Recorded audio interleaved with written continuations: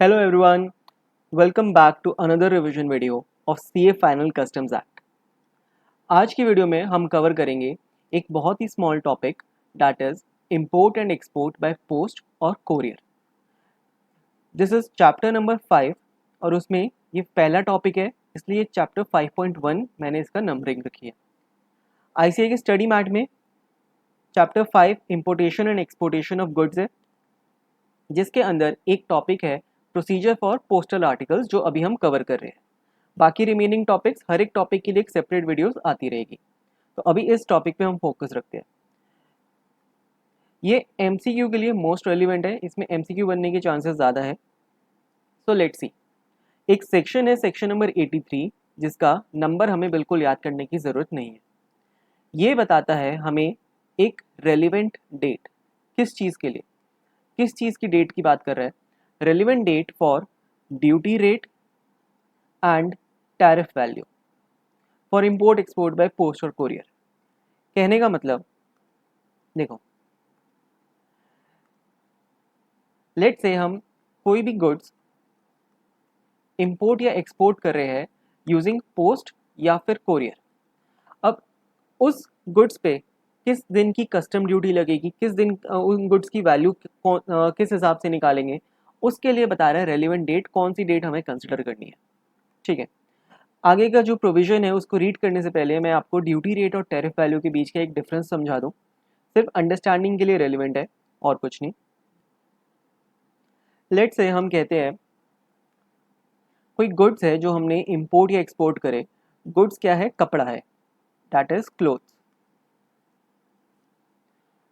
Now let us assume clothes पे 20% का duty rate है, यानी कि 20% कस्टम ड्यूटी है। तो जब भी हम परसेंटेज पे बात करते हैं टैक्स की या कस्टम ड्यूटी की, दैट बिकम्स ड्यूटी रेट। अब इन क्लोथ्स की वैल्यू कितनी है, हमें 20% हम किस पे निकालेंगे? वैल्यू पे निकालेंगे इसकी। लेट से इसकी 5 लाख रुपीज़ की वैल्यू है, तो this value is nothing, it is tariff value. अब होता क्या है, बहुत से गुड्स ऐसे होते हैं कस्टम्स एक्ट में जिनका रेट और वैल्यू चेंज हो जाता है, हर दिन चेंज हो सकता है, वीकली, मंथली, 6 मंथ्स में, 3 मंथ्स में, क्वार्टरली चेंजेस होते रहते हैं। गवर्नमेंट इसकी नोटिफिकेशन निकालेगी।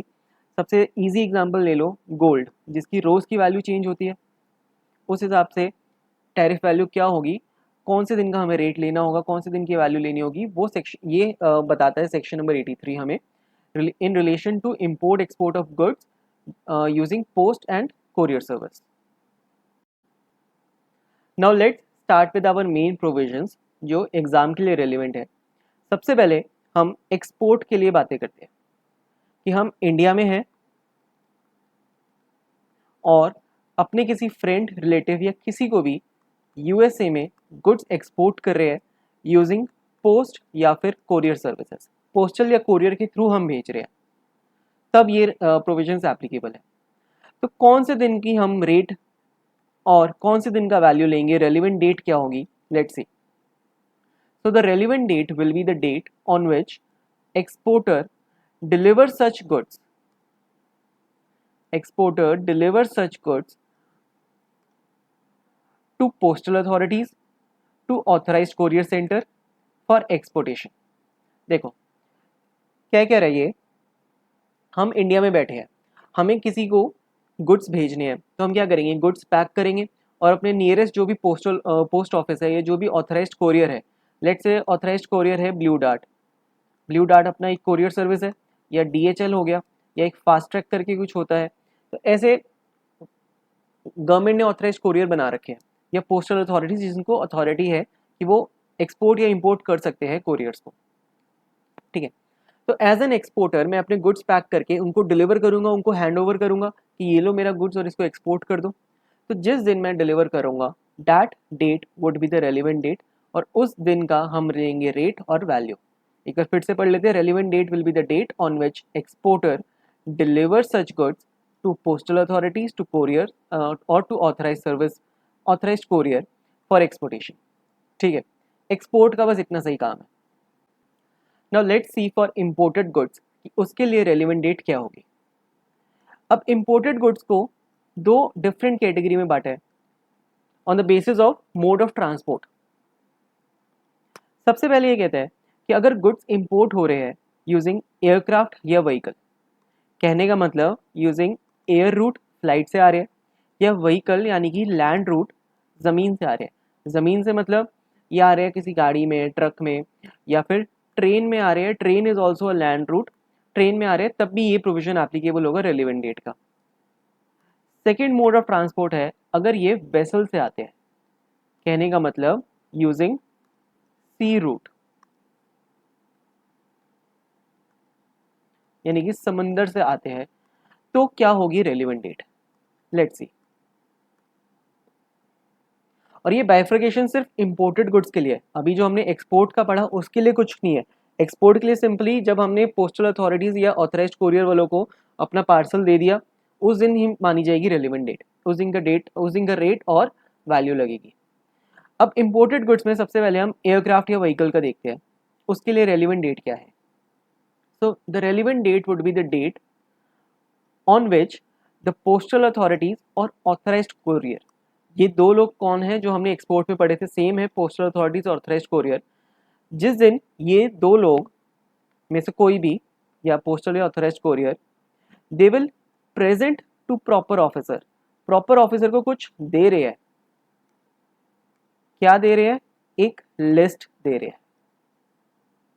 और लिस्ट में क्या है, लिस्ट कंटेन करती है the particulars of such goods for the purpose of assessing the duty, कि उन गुड्स का क्या पर्टिकुलर्स है। पर्टिकुलर्स कह लो, जैसे अगर हमने एग्जांपल लिया था कि हम क्लोथ्स को इंपोर्ट कर रहे हैं, तो पर्टिकुलर्स में देंगे कि क्लोथ्स का वेट कितना है, उसका कितनी क्वांटिटीज़ है, कितने केजीज का क्लोथ है, कितनी वैल्यू का क्लोथ है।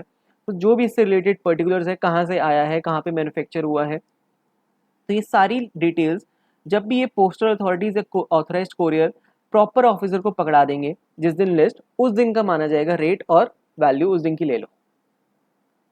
ठीक है। वेसल के केस में अब वेसल के को भी आगे दो पार्ट्स में बांटा गया है।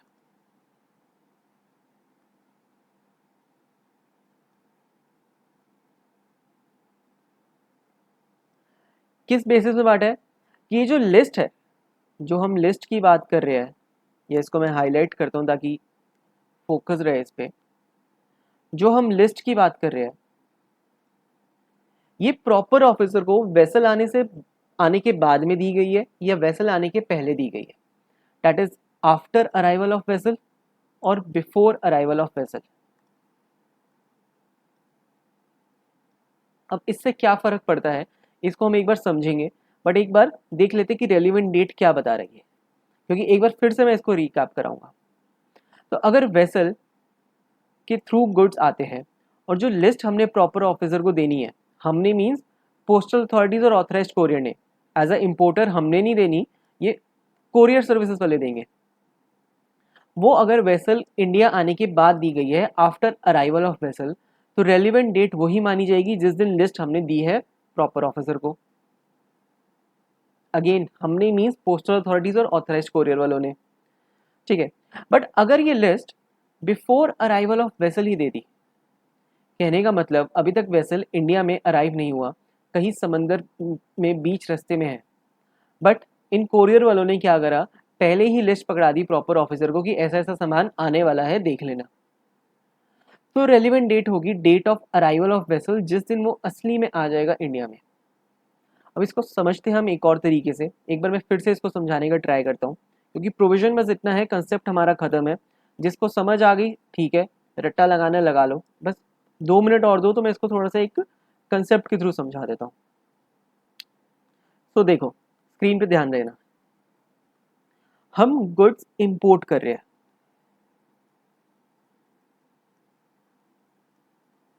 और कैसे इंपोर्ट कर रहे हैं, थ्रू पोस्टल या फिर कोरियर सर्विस।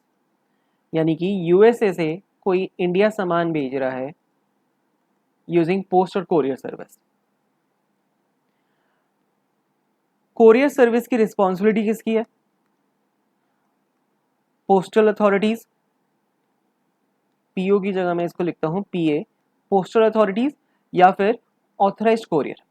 यूएसए वाले इनको अपना पार्सल पकड़ाएगा, ये इस पार्सल को इंडिया भेजेंगे।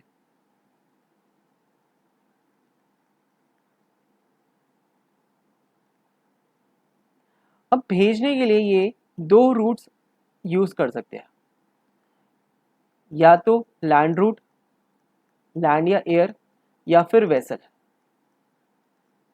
ठीक है, now what will happen, postal authorities और ऑथराइज्ड कोरियर प्रॉपर ऑफिसर को, एक प्रॉपर ऑफिसर होगा कस्टम्स एक्ट का जो इंडिया में बैठा है, इसको एक लिस्ट पकड़ाएंगे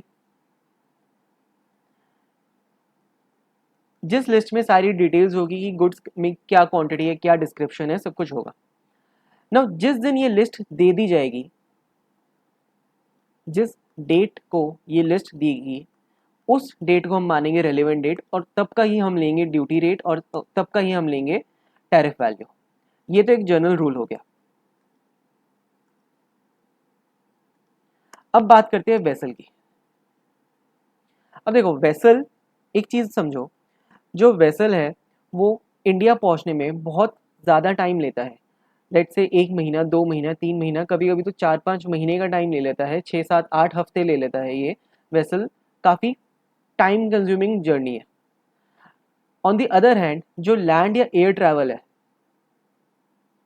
ये मोस्टली हो सकता है 12 घंटे का हो, 24 घंटे का हो, या हद से हद 7 दिन का हो, 1 हफ्ते का हो लैंड रूट से, तो ये जल्दी टाइम आ जाता है। अब गवर्नमेंट का मेन मकसद था कस्टम्स एक्ट का कि जिस दिन लिस्ट हमें देंगे तब का ही रेट ले लो। अब लैंड और एयर में तो ऐसा है कि आज अगर हमने कोरियर कराया और विद इन नेक्स्ट डे या उसके विद इन 2-3 डेज ये इंडिया पहुंच जाएगा सामान, तो जिस दिन लिस्ट दी या नहीं दी, मतलब पहले दी या बाद में दी, कोई फ़र्क नहीं पड़ता, बहुत ही कम दिनों का फ़र्क है। बट वेसल में ऐसा नहीं है। वेसल में लेट से वेसल बीच रास्ते में है और लिस्ट पहले ही पकड़ा दी बिफोर अराइवल, यानी कि 1 महीने पहले ही पकड़ा दी, वेसल आएगा 1 महीने बाद, तब के इकोनॉमिक कंडीशंस और रेट काफ़ी चेंजेस हो सकते हैं। तो इसलिए यहाँ पे हमने बाइफरकेट कर दिया कि जो लिस्ट है वो आफ्टर अराइवल दी है या बिफोर अराइवल दी है। अगर आफ्टर अराइवल दी है, इंडिया में शिप पहुंच चुका है, तो जिस दिन लिस्ट देंगे उसी दिन की रेट माना जाएगा, क्योंकि मेन गवर्नमेंट का फोकस कहाँ पे था, जिस दिन हम लिस्ट दे रहे हैं उस दिन को ही रेलिवेंट डेट मानो, चाहे वो लैंड से आए, एयर से आए, वेसल से आए, जिस दिन लिस्ट पकड़ा दी उसी दिन का रेलिवेंट डेट माना जाएगा। तो अगर वेसल जब इंडिया में पहुंच गया है, अराइव कर चुका है, इधर डॉक यार्ड में लग चुका है वेसल, गुड्स भी इंडिया में पहुंच गए हैं, और अब पोस्टल अथॉरिटीज या ऑथराइज्ड कोरियर लिस्ट पकड़ा रहे हैं प्रॉपर ऑफिसर को, तो जिस दिन लिस्ट पकड़ाई गई उसी दिन मान लो। बट वेसल अभी तक पहुंचा ही नहीं, बिल्कुल ही डिफरेंट सिचुएशन हो गई, वेसल अभी तक आया नहीं, हम बिफोर ही लिस्ट पकड़ा दी। वेसल को आने में 2 महीने हैं, हमने आज ही पकड़ा दिया लिस्ट, 2 महीने बाद जाके सामान आएगा, बट प्रॉपर ऑफिसर के हाथ में लिस्ट तो अभी आ गई। वो जाके अगर डॉकयार्ड पे चेक करे कि इतना सामान आएगा, इतना इंस्पेक्शन करने जाए, तो वहां पे तो कोई सामान ही नहीं है, वो तो 2 महीने बाद आएगा, तो गलत चीज़ है। तो 2 महीने बाद जब वेसल आ जाएगा, प्रॉपर ऑफिसर तभी इस सामान को वेरीफाई कर पाएगा।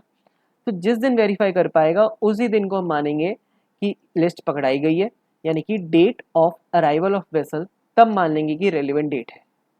ये एक छोटा सा कंसेप्ट के थ्रू लॉजिक याद रह सकता है, इस लॉजिक के थ्रू, अदरवाइज इसको बस याद रखना एमसीक्यू के लिए, that's all.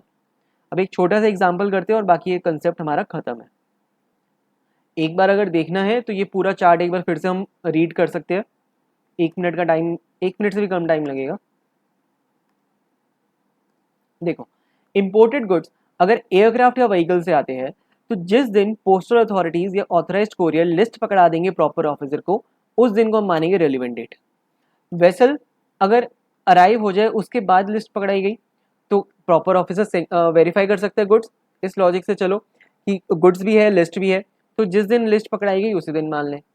But before arrival of vessel ही उसके हाथ में, हमने प्रॉपर ऑफिसर के हाथ में लिस्ट पकड़ा दी, अब उसके पास लिस्ट है बट गुड्स तो है ही नहीं, वेरीफाई कैसे करें? तो जब दोनों चीज़ें होगी, लिस्ट और गुड्स है, यानी कि डेट ऑफ अराइवल, जब अराइवल हो जाएगा वेसल तब गुड्स भी आ गए, तो उस दिन की रेलिवेंट डेट मान ली जाएगी।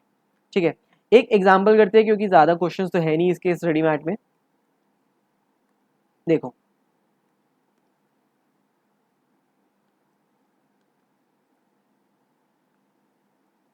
Goods costing 15 lakh rupees were imported by post. Goods कैसे आ रहे हैं? पोस्ट के थ्रू आ रहे हैं और इम्पोर्ट की बातें हो रही है, एक्सपोर्ट की नहीं।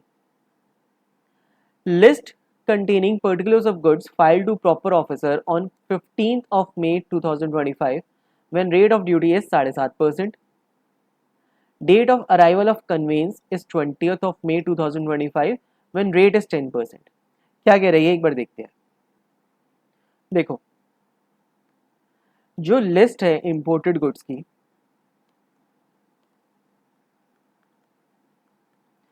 वो हम प्रॉपर ऑफिसर को हमने पकड़ा दी 15th ऑफ मे और उस दिन का ड्यूटी रेट है 7.5%। जो कन्वेंस है वो इंडिया आ रहा है 20 मई को और उस दिन का रेट है 10%।